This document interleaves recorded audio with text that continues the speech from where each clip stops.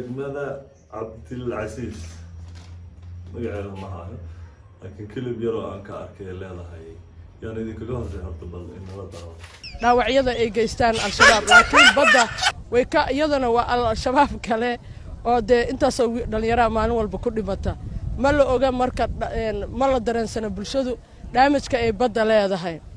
kuwii tahriibaha ku dhinta kuwii dabaalanaya ku dhinta kuwa kasta oo badda aada percentage kaga dhinta badda Soomaaliya maadaama ay dad badan laga qabto sida gudoomiyuhu sheegtay gudoomiyaha mase gudoomiyada whatever ay sheegtay hay-adaha ammaanka faraadayaal badan naga qabta oo ujeedaan gudoomiyaheenna waa dacwatay dad badan waa naga qabtaa badda annaga waa qarinaynay madaxdeena inay sheegtaan sugeynay wayna sheegeen waxaan ka codsanaynaa in wax laga qabto barnaamijka badda Soomaaliya maadaama dhalinyarada tahriibka iyo waxyaabaha iyo iska dhaafa wadankeena loo baahan meeshaan qurbi joogaana laakiin nolol kuma joogno meeshaan qaybta kale ah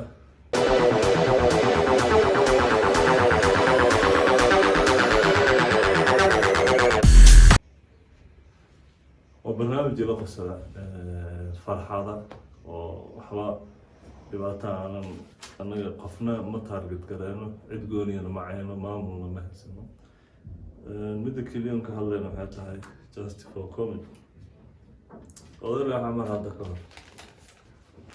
قبل قرابة وصدق قرابة مركز ضاي فهم إنسان قفت أدق وصدقتي أدق وحال هاي صانع ديبي أنت ديبي كان ديبي وحياة بدنا اللي وحجي هذا العقل بيته ممكن الضرورة لما أوقف بحين هذا حبتي مركي يقول لوج يا بين كواشب تابل الساق أنا نتاج كده تابلين كشبت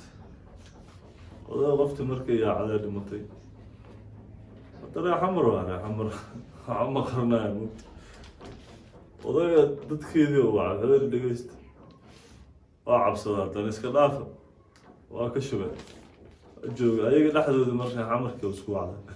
حوالي حن قرابة حمرها هنا قرابة اللي هرتو حوالي ما حمرك الوقت على ذيك قرابة من كان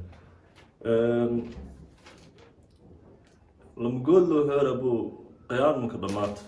لما نقول له قيان ومكرمات ها نفسهم تحت كأيبي هاي بسم الله